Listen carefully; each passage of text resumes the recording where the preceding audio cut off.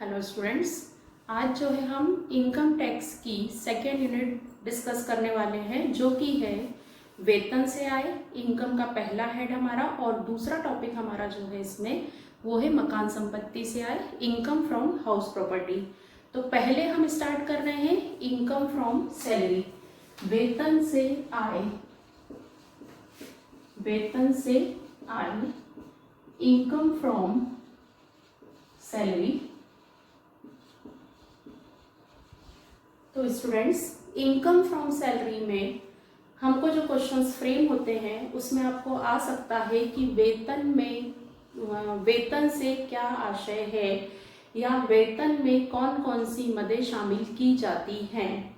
और हमारा क्वेश्चन बन सकता है कि करयोग्य भत्ते क्या होते हैं या अनुलाभ क्या होते हैं। तो हम ओवरऑल सैलरी में क्या क्या चीजें इंक्लूड होती हैं वो मैं आपको बता रही हूँ।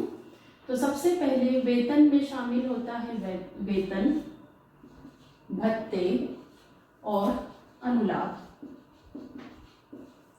इट मीन्स सैलरी तो इंक्लूड रहती है, अलाउंसेस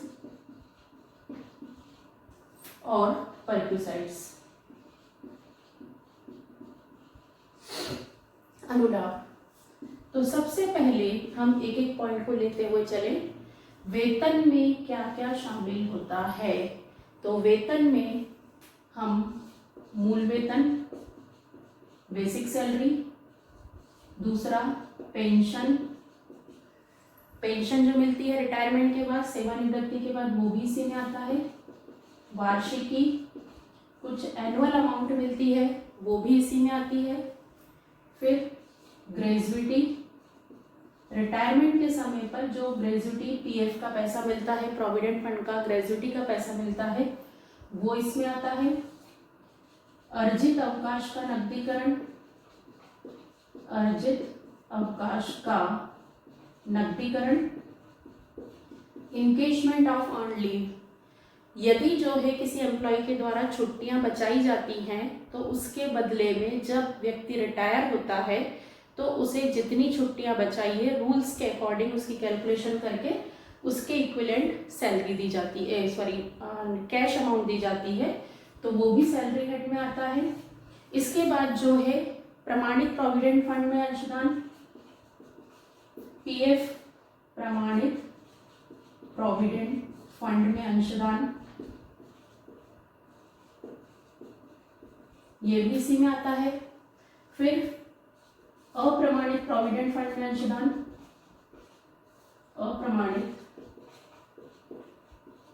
प्रोविडेंट फंड में अंशदान, ये भी सैलरी हेड में आता है। और इसके अलावा फीस, कमीशन, कुछ इस टाइप की चीजें आपको मिली हैं, फीस, कमीशन। तो स्टूडेंट, यदि आपको केवल सैलरी को डिफाइन करने के लिए आता है तो ये आपकी चीजें जो है इसमें सैलरी हेड में आएगी। इसमें गत वर्ष की भी सैलरी यदि रिसीव हुई है, गत वर्ष का वेतन भी मिला है, तो वो भी सैलरी हेड में आएगा। तो सैलरी मीन्स, वेतन मीन्स केवल ये नहीं होता है कि केवल सैलरी मिलती है, ये भी इंक्लूड होता है। और जब आपको सैलरी को डिफाइन करने को है तो उसमें आप ये तीनों पॉइंट इंक्लूड करेंगे। अब हम बात करेंगे भत्ते। भत्ते क्या होते हैं, अलाउंसेस, और परक्यूसाइट्स क्या होता है। तो जब किसी भी एम्प्लॉयर, मतलब जहां व्यक्ति जॉब कर रहा है, यदि किसी एम्प्लॉयर के द्वारा, नियोक्ता के द्वारा किसी भी कर्मचारी को नगद राशि एक विशेष उद्देश्य के लिए दी जाती है, विशेष कर्तव्य पूर्ति के लिए दी जाती है, जैसे कि होता है महंगाई भत्ता, नगर क्षतिपूरक भत्ता, यातायात भत्ता। तो ये जो है एक विशेष उद्देश्य की पूर्ति के लिए यदि किसी कंपनी के द्वारा नगद राशि दी जाती है तो वो कहलाता है भत्ता, अलाउंसेस। परक्यूसाइट्स, परक्यूसाइट्स में कभी भी कंपनी के द्वारा नगद राशि नहीं दी जाती है, या तो उस वस्तु की सुविधा दी जाती है या फिर उस वस्तु के बदले में किराए का भुगतान कंपनी के द्वारा किया जाता है। जैसे मैं बात करूं कार भत्ता और कार सुविधा, क्या अंतर है इसमें? तो कार का भत्ता इसका मतलब है कि कंपनी जो है 2,000 रुपए नगद एम्प्लॉय को सैलरी के साथ पे करेगी, नगद राशि, कार अलाउंस है तो, और कार की सुविधा है तो कंपनी उसे कार देगी। तो अंतर समझ में आया? या फिर कार जो है वो कहीं से कंपनी किराए पर लेकर एम्प्लॉय को दे देगी और उस कार का किराया जो है वह कंपनी चुकाएगी। मतलब यहाँ पर कार जो है टोटल मिलाकर यूज करने के लिए दी जाएगी, और यहाँ पे आप कार यूज कर रहे नहीं कर रहे, लेकिन कंपनी आपको कार का भत्ता दे रही है। तो भत्ते और अलाउंस में समझ में आया? इसमें जो है नगद राशि दी जाती है, इसमें कंपनी के द्वारा नगद राशि न देकर उस वस्तु की सुविधा उपलब्ध कराई जाती है, वह फिर कंपनी के स्वामित्व की हो, कंपनी उसकी ऑनर हो, या कहीं से किराए पर लेकर दी हो, या कंपनी उसके बिलों का भुगतान कर दे। तो अब हम बात कर रहे हैं भत्तों की। तो जब भत्तों की बात कर रहे हैं तो इसमें 3 प्रकार के भत्ते हो सकते हैं। पहला है आपका पूर्णतः करमुक्त भत्ते, पूर्णतः करमुक्त भत्ते, टोटली एग्जेम्प्टेड। फिर है पूर्णतः करयोग्य भत्ते, टोटली टैक्सेबल भत्ते, और तीसरा है अंशतः करयोग्य भत्ते। कुछ भत्ते ऐसे हैं जिनकी कुछ राशि जो है वो टैक्सेबल होती है और कुछ राशि जो है वो टैक्स फ्री होती है।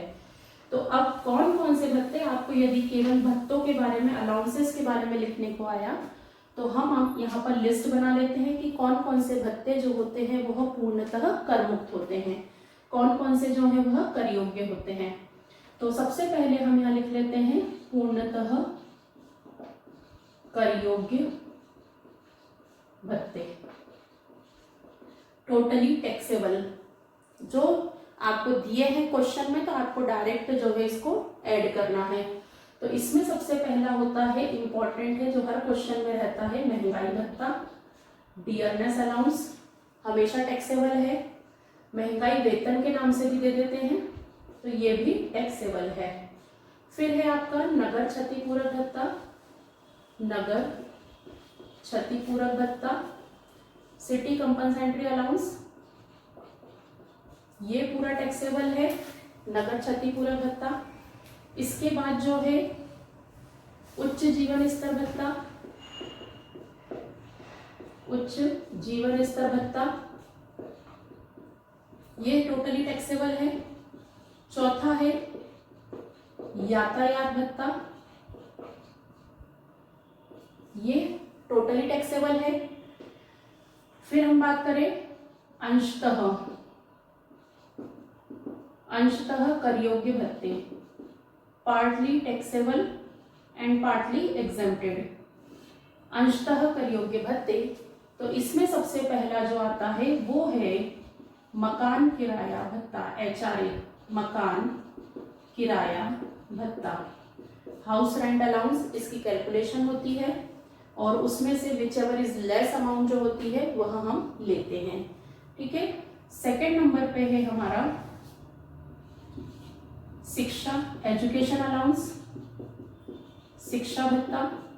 ये जो है 100 रुपीज और 100 रुपीज पर मंथ, प्रतिमाह, और अधिकतम 2 बच्चों के लिए, अधिकतम 2 बच्चों के लिए करमुक्त होता है, और इससे ज्यादा राशि यदि एजुकेशन अलाउंस की दी हुई है तो बाकी की राशि टैक्सेबल होती है, 100 रुपीज पर मंथ। ठीक है। तीसरा जो है आपका छात्रावास अलाउंस, छात्रावास भत्ता, हॉस्टल अलाउंस। इसमें नियम है 300 रुपए प्रतिमाह, अधिकतम 2 बच्चों के लिए क्या होता है, करमुक्त होता है, और बाकी की राशि जो है वह टैक्सेबल होती है। ठीक है। ऐसा ही जो है अंशतः करयोग्य भत्ते में इंपॉर्टेंट ये वाले हैं जिसमें अंशतः करयोग्य भत्ते होते हैं। इसके बाद जो है आपका पूर्णतः करमुक्त भत्ते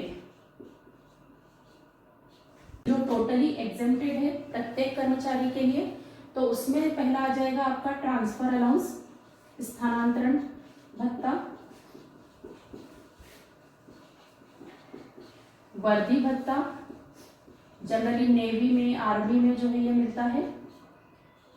तीसरा यात्रा भत्ता, टूर के लिए जाते हैं हम बिजनेस पॉइंट ऑफ व्यू से, यदि टूर के लिए जा रहे हैं तो वह यात्रा भत्ता जो है। जनजीवन क्षेत्र भत्ता, जनजीवन क्षेत्र भत्ता। तो ये जो है आपको यदि अलाउंसेस आते हैं, भत्ते आते हैं, तो आप ये 3 हेडिंग्स में इन्हें डिफाइन कर सकते हैं। पूर्णतः कर योग्य भत्ते जो टोटली टैक्सेबल है, हर कर्मचारी के लिए टैक्सेबल है। इसमें चिकित्सा भत्ता भी लिख सकते हैं, चिकित्सा भत्ता, मेडिकल अलाउंस हमेशा टैक्सेबल है। सर्वेंट अलाउंस और लिख सकते हैं हम, नौकर भत्ता। तो ये टोटली टैक्सेबल है हर एम्प्लॉय के लिए। ये अंशतः कर योग्य भत्ते हैं, मतलब इसमें कैलकुलेशन होती है, और पूर्णतः कर मुक्त भत्ते हैं जो कि टोटली एग्जेम्प्टेड है प्रत्येक कर्मचारी के लिए। तो अलाउंसेस यदि आपको आते हैं तो आप इस तरीके से डिफाइन करेंगे। और सैलरी आता है आपको टोटल, तो हमें तीनों पॉइंट डिफाइन करने।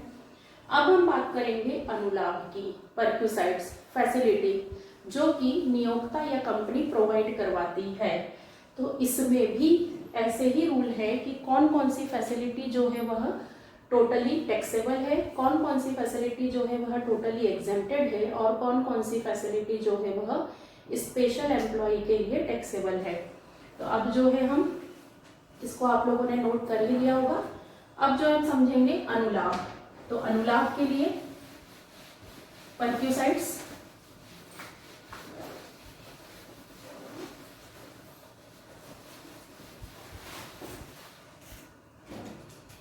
अनुलाभ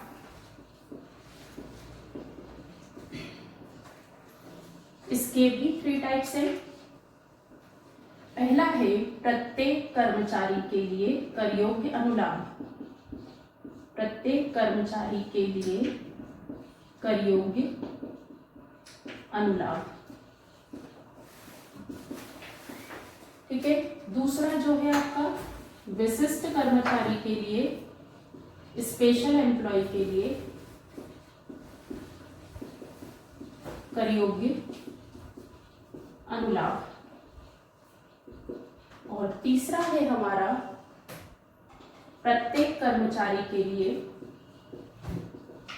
प्रत्येक कर्मचारी के लिए कर मुक्त अनुलाभ।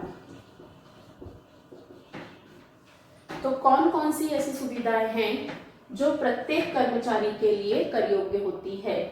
तो इसमें सबसे पहली, जिसका वैल्यूशन भी आपको आ सकता है, मकान की सुविधा। क्वार्टर्स यदि अवेलेबल करवाए हैं तो इसका वैल्यूशन होता है मकान की सुविधा। ये प्रत्येक कर्मचारी के लिए टैक्सेबल है। इसका वैल्यूशन के रूल्स एंड रेगुलेशन है, जिसको हम अभी आगे समझते हैं। दूसरा जो है आपका गैस, बिजली, पानी के बिलों का भुगतान। यदि किसी कंपनी ने गैस, बिजली, पानी के बिलों का भुगतान कर दिया है तो वह प्रत्येक कर्मचारी के लिए कर योग्य है। तीसरा, किसी ऐसे दायित्व का भुगतान, ऐसे दायित्व का भुगतान जो कर्मचारी का दायित्व था, जैसे बच्चों की फीस कर्मचारी का दायित्व है। कर्मचारी के बच्चों की फीस जो है यदि कंपनी पे करती है तो यह दायित्व कर्मचारी का है। यदि ये कंपनी ने पे कर दिया है तो यह कर योग्य अनुलाभ माना जाएगा। ऐसे ही किसी क्लब के मेंबरशिप की फीस यदि कंपनी ने पे कर दी है और उसके मेंबर जो है वो कर्मचारी है तो वह प्रत्येक कर्मचारी के लिए कर योग्य अनुलाभ माना जाएगा। तो ऐसे ही इस कैटेगरी में ऐसे सभी दायित्व को आप लिस्ट बना सकते हैं जो कि कर्मचारी का दायित्व था और जिसका भुगतान किसने कर दिया हो, कंपनी ने कर दिया हो। ये सभी कर्मचारी के लिए कर योग्य अनुलाभ होते हैं। अब यहाँ हम बात करेंगे मकान की सुविधा के वैल्यूशन की। ये आपको अलग से एक सेपरेट क्वेश्चन आ सकता है शॉर्ट आंसर में तो हम पहले इसका वैल्यूशन समझ लें कि क्या होता है।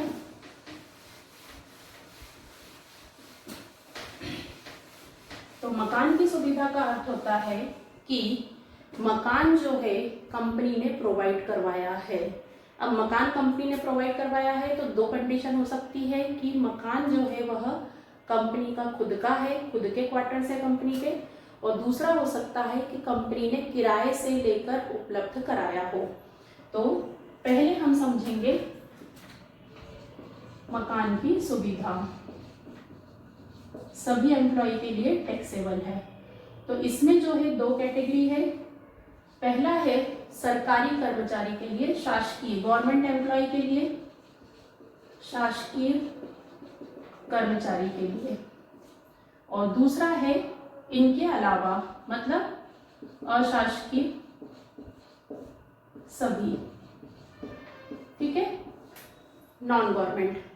तो शासकीय कर्मचारी के लिए जब मकान की अमाउंट कितनी लेनी है हमें, तो उसका रूल है शासकीय नियमानुसार। यदि कोई गवर्नमेंट एम्प्लॉय है और उसे जो है गवर्नमेंट की तरफ से रहने के लिए क्वार्टर्स या घर दिया गया है, तो जब उसकी राशि की बात आएगी कि कितना वैल्यूशन करें, तो उस क्वेश्चन में आपको शासकीय नियमानुसार वैल्यू जरूर दी रहेगी, ठीक है। मेन हमको वैल्यूशन करना रहता है अशासकीय कर्मचारी की दशा में। तो नॉन गवर्नमेंट एम्प्लॉय के लिए क्या रूल रहेगा, यदि मकान नियोक्ता का है और यदि मकान कर्मचारी का है। तो पहली कंडीशन हम देख रहे हैं, यदि मकान नियोक्ता का है तब। तो जब यदि अशासकीय कर्मचारी है तो उस कंडीशन में पॉपुलेशन, जिस शहर में व्यक्ति को मकान दिया गया है कर्मचारी को, तो वहां की जनसंख्या के हिसाब से वैल्यूशन किया जाता है। कैसे, देखिए, यदि जनसंख्या 10 लाख तक है, 10 लाख तक है, यदि जनसंख्या 10 लाख से 25 लाख तक है, और तीसरी कंडीशन है यदि जनसंख्या 25 लाख से अधिक है, यदि जनसंख्या 25 लाख से अधिक है, तो क्या वैल्यूशन रहेगा, वेतन का 7.5%, ठीक है। यदि जनसंख्या 10 से 25 है तो वेतन का 10%, और यदि जनसंख्या 25 से अधिक है तो वेतन का 15%, ठीक है। यह हमें वैल्यूशन करना रहता है।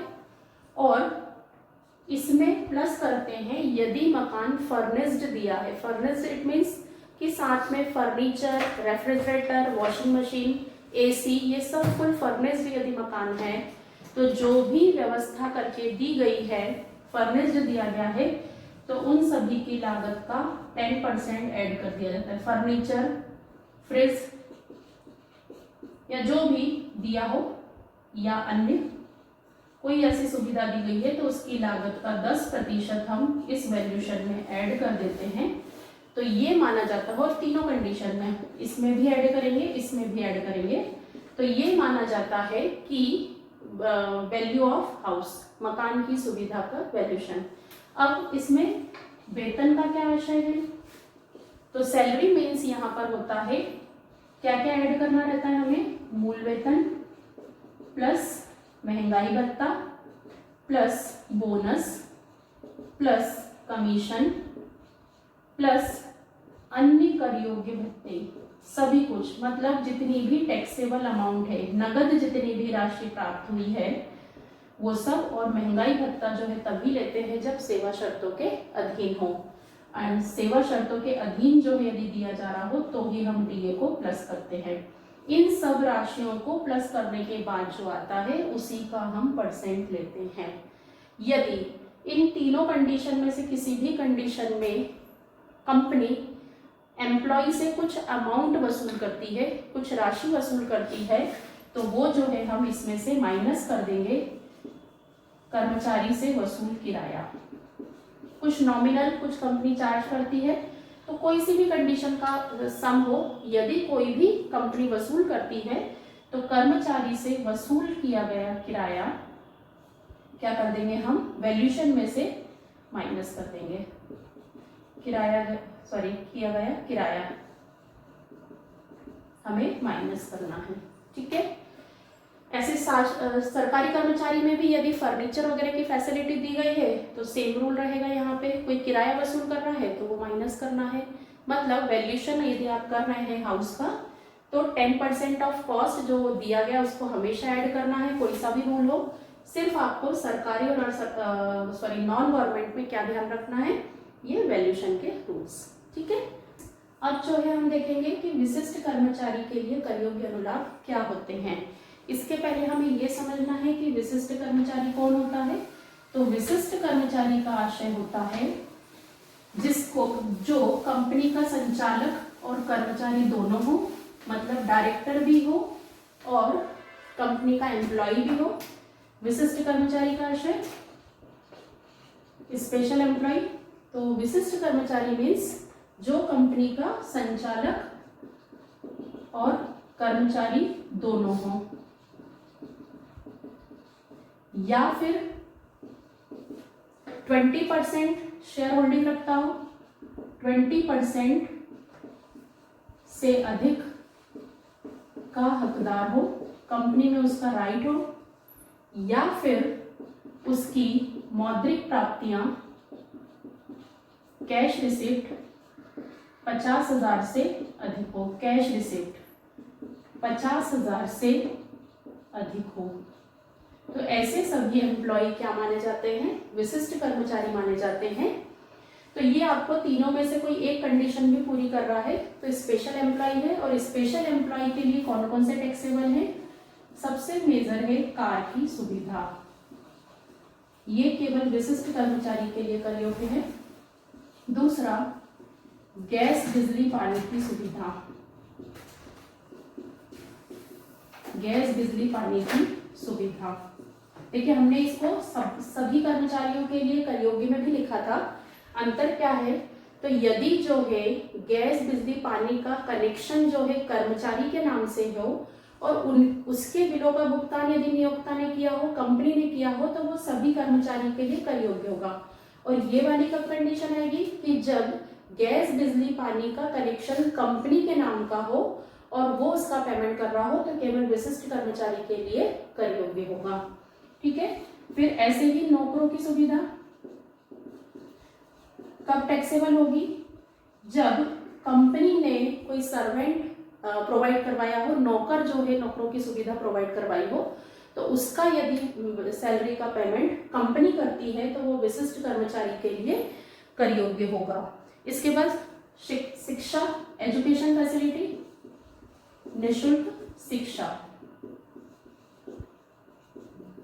इसमें भी क्या है, यदि एम्प्लॉय के बच्चों को जो है कंपनी पढ़वा रही है, यदि कंपनी के ही स्कूल हैं तब तो कर मुक्त है, लेकिन यदि प्राइवेट स्कूल में या किसी दूसरे स्कूल में पढ़ा रही है और कंपनी उसका पेमेंट कर रही है तो वह विशिष्ट कर्मचारी के लिए कर योग्य होगा। तो इनमें सब में तो एक्चुअल जितनी राशि पेमेंट की जा रही है वो हमें लेना रहती है, लेकिन कार की सुविधा का मूल्यांकन हमें करना पड़ता है। उसकी राशि यदि नहीं दी है, केवल ये दे दिया कि कार की सुविधा दी गई है। अब इसमें कंडीशन, तो कार का मूल्यांकन हम करेंगे, कार की सुविधा का मूल्यांकन कैसे करेंगे हम, एक अलग से क्वेश्चन आ सकता है शॉर्ट में। तो यदि कंपनी ने कार दी है और पूर्णतः कार्यालयीन उपयोग हो रहा है, पूर्णतः कार्यालयीन उपयोग हो रहा है, ऑफिस यूज ओनली, तो कोई फैसिलिटी मिली क्या एम्प्लॉय को, तो इसका वैल्यूएशन निल, कोई राशि नहीं आएगी। यदि पूर्णतः निजी उपयोग हो रहा हो, पर्सनल उपयोग है, तो जितना टोटल कुल व्यय, यदि कंपनी ने कार दी है और टोटली पर्सनल यूज के लिए आ रही है तो जितना भी एम्प्लॉय के द्वारा खर्च किया जा रहा है उस कार पर वो पूरा जो है वह सुविधा का मूल्य माना जाएगा। और तीसरा है अंशतः निजी व अंशतः कार्यालयीन उपयोग। तो उसका वैल्यूएशन हमें करना है, तो उसके लिए है इंजन की कैपेसिटी से बताया है 1.6 सीसी इंजन की कैपेसिटी वाली तक और 1.6 सीसी से अधिक वाली। इसमें क्या नियम है, यदि खर्चे नियोक्ता वहन करे, खर्चे कंपनी उठा रही है तो 1800 रुपये प्रति माह जितने माह के लिए दी गई है, और यदि बड़ी है इंजन कैपेसिटी बड़ी है तो 2400 रुपये पर मंथ। और यदि कर्मचारी उठा रहा है खर्चे, कर्मचारी वहन कर रहा है, तो जो नियम है वो है 900 रुपये, 600 रुपये और 900 रुपये पर मंथ। और यदि इन चारों कंडीशन में ड्राइवर भी दिया गया है, ड्राइवर की फैसिलिटी भी दी गई है, तो 900 रुपीज पर मंथ हम और ऐड कर देंगे। तो ये वैल्यूएशन होता है हमारा कब, जब कार अंशतः निजी और अंशतः कार्यालयीन उपयोग हो रही हो और हमें जो है वैल्यूएशन करना हो। तो ये हो गया कार की सुविधा का मूल्यांकन। अब हम बात करेंगे प्रत्येक कर्मचारी के लिए करमुक्त अनुलाभ, जो स्पेशल हो चाहे नॉर्मल एम्प्लॉय हो, ऐसे कर्मचारियों के लिए कौन कौन से अनुलाभ जो है वो एग्जेम्प्टेड होते हैं। तो हम देखते हैं, जैसे कि मेडिकल फैसिलिटी, चिकित्सा सुविधाएं,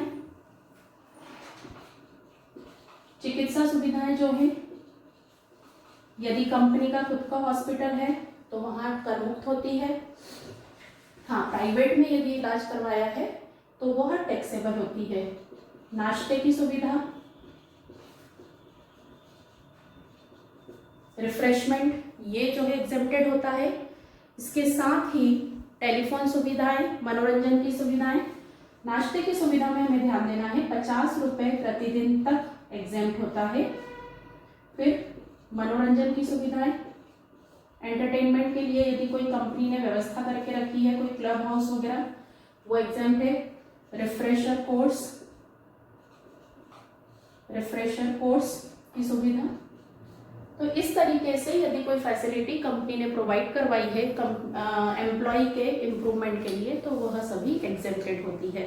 तो सैलरी हेड में इस तरीके से आपको वेतन, भत्ते और अनुलाभ जो है यदि आते हैं, इंडिविजुअल क्वेश्चन भी यदि आपको आता है तो आपको इस तरीके से इस कंसेप्ट को एक्सप्लेन करना है। स्टूडेंट्स, अब हम नेक्स्ट टॉपिक कवर कर रहे हैं यूनिट 2 का, जो कि है इनकम फ्रॉम हाउस प्रॉपर्टी, मकान संपत्ति से आय। ये हमारा इनकम का सेकंड हेड है, मकान संपत्ति से आय।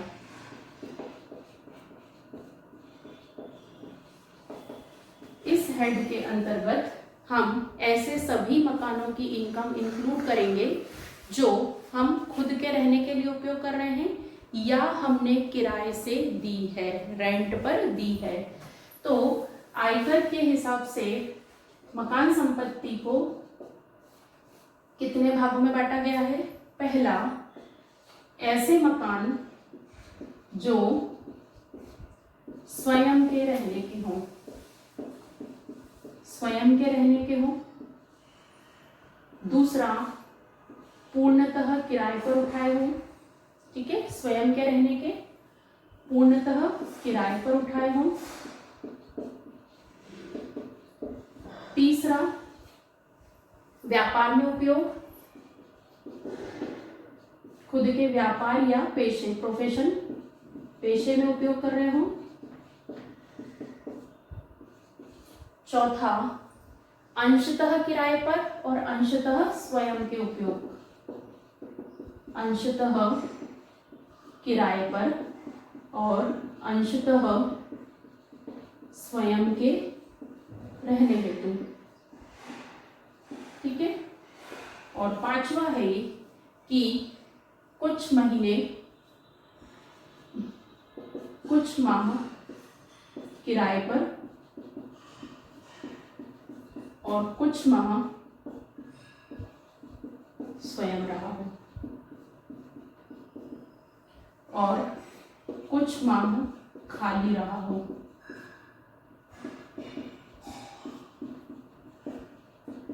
तो मकान संपत्ति से आय में यदि हम थ्योरी के हिसाब से देखें और न्यूमेरिकल के हिसाब से देखें तो इस तरीके के क्वेश्चंस आपको आ सकते हैं, जिसमें ये कंसेप्ट हो या ये वाला हो या दोनों मिक्स हो या ये वाला हो।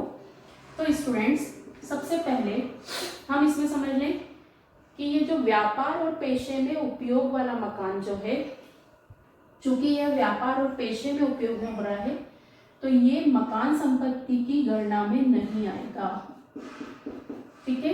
तो यदि आपको कुछ ऐसा दिया है कि एक मकान है जो कि उनके स्वयं के व्यापार में उपयोग में आ रहा है, तो इसे आप कैलकुलेशन से बाहर कर देंगे। वो कौन से हेड में जाएगा? व्यापार और पेशे की इनकम, आय का तीसरा हेड। अब बचे हमारे ये 5 मकान, इसको हटा दें हम, तो 5 है। तो अब इनकी कैलकुलेशन कैसे होती है? तो थ्योरी यदि आती है आपको, इनमें से किसी एक स्पेशल का पूछ सकते हैं, या ऐसा पूछ सकते हैं कि मकान संपत्ति से आय के संबंध में प्रावधान बताइए, या पूर्णतः किराए पर दिए गए मकान की कैलकुलेशन कैसे करते हैं समझाइए। तो हम इनको एक एक को समझते चलते हैं। तो सबसे पहले हम समझ रहे हैं स्वयं के रहने का मकान, सेल्फ यूज। स्वयं के रहने के मकान का मूल्यांकन नोट करते चलिए आप लोग। न्यूमेरिकल भी आता है तो बहुत इजी है।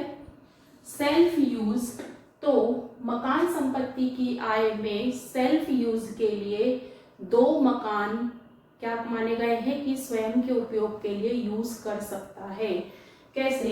जैसे एक व्यक्ति है, उसके 5 मकान है, 5 में से लिखा है कि एक मकान जो है वह स्वयं के रहने के लिए यूज करता है और बाकी 4 उसने किराए पर दिए हुए हैं। तो जब हम कैलकुलेशन करेंगे यहाँ पर, तो कोई 5 में से कोई 2 मकान हम उसकी गणना कैसे करेंगे? स्वयं के रहने के उपयोग मान के, और बाकी 3 मकानों की गणना हम कैसे करेंगे? किराए पर दिए गए। तो स्वयं के रहने के कितने मकान हो सकते हैं? 2 मकान।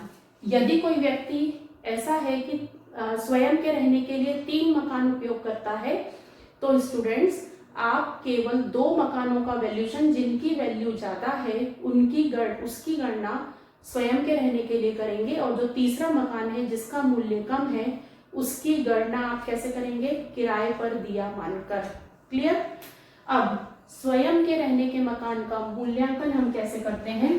तो इसका शुद्ध वार्षिक मूल्य क्या होता है? हमेशा 0 होता है, निल होता है। इसमें से केवल ऋण पर ब्याज की छूट घटाई जाती है। ऋण पर ब्याज वह घटाया जाता है, तो इसका आंसर हमेशा निगेटिव आता है, माइनस नहीं आएगा, क्योंकि 0 में से हम कोई अमाउंट घटाएंगे। ऋण पर ब्याज, ऋण पर ब्याज की छूट नोट करते चलना तभी मिलेगी जब उस ऋण का उपयोग मकान की मरम्मत, नवीनीकरण, रिनोवेशन में हुआ हो। यदि ऋण लिया और उसका उपयोग मकान को छोड़कर किसी अन्य उद्देश्य के लिए उपयोग कर लिया तो ब्याज की छूट नहीं मिलेगी। तो पहली चीज तो क्या ध्यान रखनी है कि ऋण का उद्देश्य मकान का होना चाहिए, ऋण का उद्देश्य मकान से संबंधित हो, ठीक है, तभी ऋण पर ब्याज की छूट मिलेगी। अब ऋण यदि, नोट कर लेना ये भी, ऋण यदि 1/4/99 के पहले लिया हो, ऋण यदि 1/4/99 के पहले लिया हो तो क्या नियम है? 1/4/99 से पहले, तो ये नियम है कि ब्याज की राशि या 30,000 रुपए जो कम हो उसकी छूट मिलेगी। और यदि ऋण 1/4/99 के बाद लिया हो तो यह राशि कितनी हो जाती है, 2 लाख रुपए। ठीक है, नोट कर लिया कि स्वयं के रहने का जो है 2 मकान की कैलकुलेशन जो है आप इस तरीके से करेंगे। शुद्ध वार्षिक मूल्य हमेशा शून्य रहेगा, उसमें से ऋण पर ब्याज घटाएंगे। ऋण कब लिया है, यदि 1/4/99 के पहले लिया है तो 30,000 से तुलना करेंगे, और यदि 1/4/1999 के बाद लिया है तो 2 लाख रुपए से गणना करेंगे। जो दोनों में कम होगा वो घटाएंगे। ठीक है, तो 2 मकानों की कैलकुलेशन हमेशा ऐसी करेंगे। ध्यान रखना, रहने के यदि वो 4 मकान सेल्फ यूज में रख रहा है तो 2 की कैलकुलेशन आप ऐसी करेंगे, और 2 की गणना हम कैसे करेंगे कि किराए पर दिए गए हैं ऐसा मानकर। क्लियर ये चीज?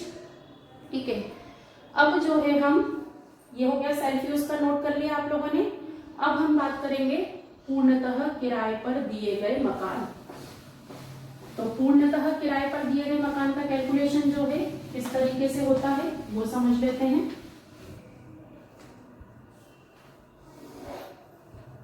पूर्णतः किराए पर दिया, टोटली लेट आउट। इसके फॉर्मेट में सबसे पहले लेते हैं हम सकल वार्षिक मूल्य।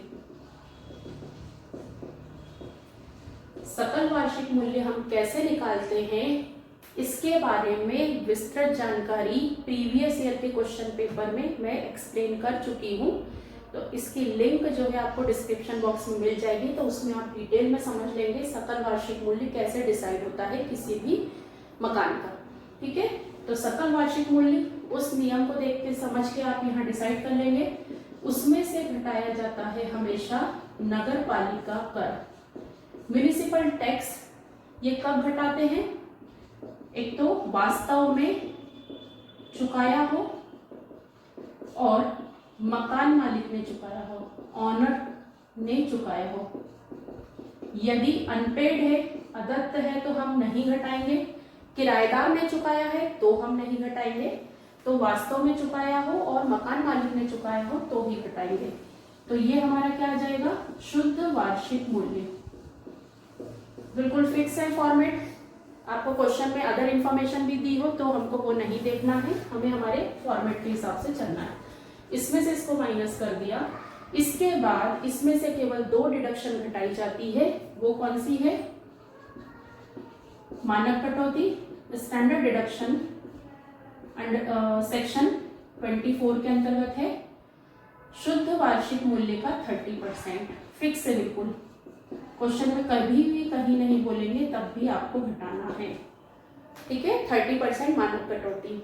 और दूसरी घटाई जाती है ऋण पर ब्याज, इंटरेस्ट ऑन लोन, ऋण पर ब्याज की कटौती। यहाँ ध्यान रखना कि स्वयं के रहने के मकान के संबंध में लिमिटेशन है, जो हमने देखी 30,000 और 2 लाख वाली। किराए पर दिए गए मकान के संबंध में कोई लिमिटेशन नहीं है। 10 लाख रुपए तक का ऋण पर ब्याज भी हो, ज्यादा भी हो, तो हम उसको घटा देंगे। ठीक है, तो यहाँ हमें कोई कंपैरिजन नहीं करनी। हाँ, ऋण का उद्देश्य वही है कि ऋण जो है जिस पर ब्याज की बात हो रही है घटाने की, वह ऋण का उपयोग मकान के लिए होना चाहिए। तो ये हमारी आ जाती है कर योग्य आय। तो ये चीज क्लियर। मानक कटौती हमेशा घटानी है, ऋण पर ब्याज। ऋण का उपयोग घर के लिए है, राशि का कोई बाउंडेशन नहीं है, कितनी भी राशि हम घटा सकते हैं। नगर पालिका कर कब घटाना है, याद रखा आपने, अदत्त हो तब नहीं घटेगा और किराएदार ने चुकाया है तो नहीं घटेगा। मतलब इन 2 कंडीशन में घटाना है। ये कौन सी वाली हो गई हमारी, पूर्णतः किराए पर उठाया। व्यापार में उपयोग हो रहा है आपका एक मकान, पूरा छोड़ दीजिए, उसकी कैलकुलेशन मकान संपत्ति वाले हेड में नहीं होगी, वो बिजनेस प्रोफेशन में होती है। अब हम बात करेंगे अंशतः। अंशतः का अर्थ क्या होता है, कुछ इस टाइप से कि आपका एक मकान है, उसका आधा भाग जो है आप सेल्फ यूज में कर रहे हैं और आधा भाग जो है वो लेट आउट किया है, या चेंज भी हो सकता है। ये मैंने जस्ट एक एग्जांपल लिया है, 1/4 और 3/4 भी हो सकता है, कुछ भी है इसमें। तो इसकी कैलकुलेशन कैसे होगी, तो स्टूडेंट्स हम सेल्फ यूज और लेट आउट के समझ चुके हैं, तो हमें क्या करना है, इसकी 2 कैलकुलेशन होगी। हम ये वाला एग्जांपल लेते हैं कि आधा सेल्फ यूज है और आधा लेट आउट है। तो आधा जो है हमारा सेल्फ यूज और आधा जो है हमारा लेट आउट है। तो हमें कुछ नहीं करना है, हमारा शुद्ध वार्षिक मूल्य क्या हो जाएगा, सेल्फ यूज में हमारी क्या चीजें आती हैं, शुद्ध वार्षिक मूल्य 0 होता है और केवल हम क्या घटाते हैं, ब्याज, रेंट पर ब्याज, वो कितना ले लोगे आप, आधा। क्लियर, मतलब नियम यही चलेंगे और जो सेल्फ यूज का पोर्शन है वो आधा है, तो रेंट पर ब्याज भी हम कितना लेंगे, आधा लेंगे। और लेट आउट जो है किराए पर दिया आधे भाग की, तो ये जो सकल वार्षिक मूल्य है ये हमारा आधा आ जाएगा, नगर पालिका कर हमारा आधा आ जाएगा। मानक कटौती कभी भी चेंज नहीं होती है, ये 30% ही रहेगी, इसको आप बिल्कुल भी आधी ना करें, और ऋण पर ब्याज हमारा आधा हो जाएगा। तो जब ऐसा अंशतः वाला पार्ट हो कि आधा हिस्सा जो है सेल्फ यूज और आधा लेट आउट है, तो आप नियम वही लगेंगे, राशि को हाफ कर देंगे। तो ऋण पर ब्याज की राशि हाफ होगी, आधी इधर सेल्फ यूज वाले पोर्शन में घट जाएगी, आधी लेट आउट में घट जाएगी। सकल वार्षिक मूल्य जब आप इसके नियम आप वहां देखेंगे तो इनको भी हाफ हाफ कर लेंगे और तुलना करके यहाँ ले लेंगे। नगर पालिका कर आधा ही लेंगे, मानक कटौती कभी भी चेंज नहीं होगी, वो हमेशा शुद्ध वार्षिक मूल्य का 30% ही चलेगी, इसको आधा नहीं करेंगे ऋण पर ब्याज। तो ये हमारा कौन सा वाला हो गया, अंशतः किराए पर और अंशतः स्वयं के रहने के उपयोग में। क्लियर ये चीज। अब हम बात करेंगे कि मकान एक ही है, उसमें कुछ महीने किराए से रहा है और कुछ महीने स्वयं रहा है, तो उसकी कैलकुलेशन कैसे होगी। तो ये हमारा घर है और इसमें ऐसा है कि 4 महीने वह स्वयं रहा, एक एग्जाम्पल ले रहे हैं हम, और 8 महीने किराए से दिया। तो कैलकुलेशन कैसी होगी, तो स्टूडेंट यही फॉर्मेट बनेगा यहाँ पर, ठीक है। सिर्फ जो है सकल वार्षिक मूल्य, जो हमारा सकल वार्षिक मूल्य आएगा उसमें से हम यहाँ पर पूरी कैलकुलेशन हमारी यही फॉर्मेट चलेगा, किराए पर दिया हुआ, और इसमें से हम 4 महीने का सेल्फ यूज का, स्वयं के रहने का जो है वो घटा देंगे, बस। आया समझ में, मतलब यही 4 चीजें, जो 5 चीजें हम पढ़ रहे हैं यही आएंगी। यदि कुछ इस प्रकार की कंडीशन है कि कुछ माह स्वयं रहा और कुछ माह किराए पर दिया, तो हम सकल वार्षिक मूल्य नियमानुसार निकाल लेंगे, which ever is less more करके, और उसमें से 4 महीने चूंकि स्वयं रहा है तो उतने महीने का किराया नहीं मिला, तो उतने पर टैक्स नहीं देना रहेगा, तो 4 महीने का स्वयं रहने का हिस्सा हम घटा देंगे। बाकी पूरी कैलकुलेशन में कोई चेंज नहीं आएगा। ऋण पर ब्याज पूरे मकान का घटाएंगे, नगर पालिका कर हम पूरे मकान का घटाएंगे, सब कुछ एज इट इज होगा। क्लियर। अब यदि मकान कुछ माह खाली रहा हो, तो स्टूडेंट यदि खाली रहा हो, सेम कैलकुलेशन, ठीक है, सेम कैलकुलेशन होगी।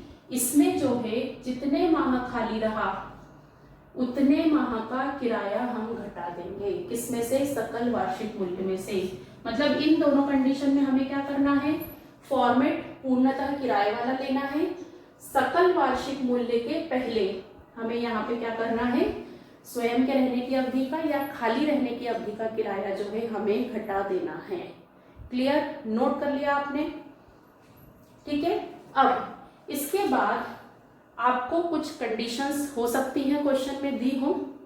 यदि गत वर्षों का अप्राप्त किराया प्राप्त हुआ, गत वर्षों का, ये भी नोट कर लेना, अप्राप्त किराया इस वर्ष में प्राप्त होता है, इस वर्ष में प्राप्त होता है, तो ध्यान देना जब आप इसको टैक्सेबल इनकम में ऐड करें, कैलकुलेशन में ऐड करें, तो जो भी किराया है उसमें से 30% मानक कटौती के घटा के ऐड करेंगे। कौन सा, गत वर्षों का अप्राप्त किराया था, हमको नहीं दिया था किराएदार ने, वो इस वर्ष में दे दिया, तो ऐसा कोई किराया आपको मिला है तो उसमें से 30% की कटौती घटाकर आपको ऐड करना है। क्लियर ये चीज। इसके अलावा यदि मकान के साथ लिफ्ट, माली या कुछ और सुविधाएं दी गई हैं मकान के साथ, तो यदि एग्रीमेंट में उसका डिक्लेरेशन है तो वो सुविधाओं का मूल्य किराए में से घटा देते हैं, समझौते में लिखा हुआ हो तो। और यदि समझौते में नहीं लिखा है तो उसका कुछ नहीं करते हैं, उसको छोड़ देते हैं।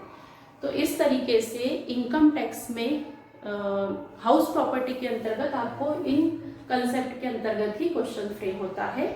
और स्टूडेंट्स, इससे रिलेटेड एक क्वेश्चन जो है मोस्ट इम्पॉर्टेंट क्वेश्चन है हाउस प्रॉपर्टी से, इसका न्यूमेरिकल एक क्वेश्चन जो है प्रीवियस ईयर के क्वेश्चन पेपर में आया है, वो मैंने मेरे प्रीवियस ईयर वाला जो पेपर का वीडियो बनाया है उसमें फुली एक्सप्लेन किया है। तो आप यदि न्यूमेरिकल क्वेश्चन समझना चाहते हैं तो उसकी लिंक जो है आपको डिस्क्रिप्शन बॉक्स में मिल जाएगी, आप वहां से प्रेफर कर सकते हैं।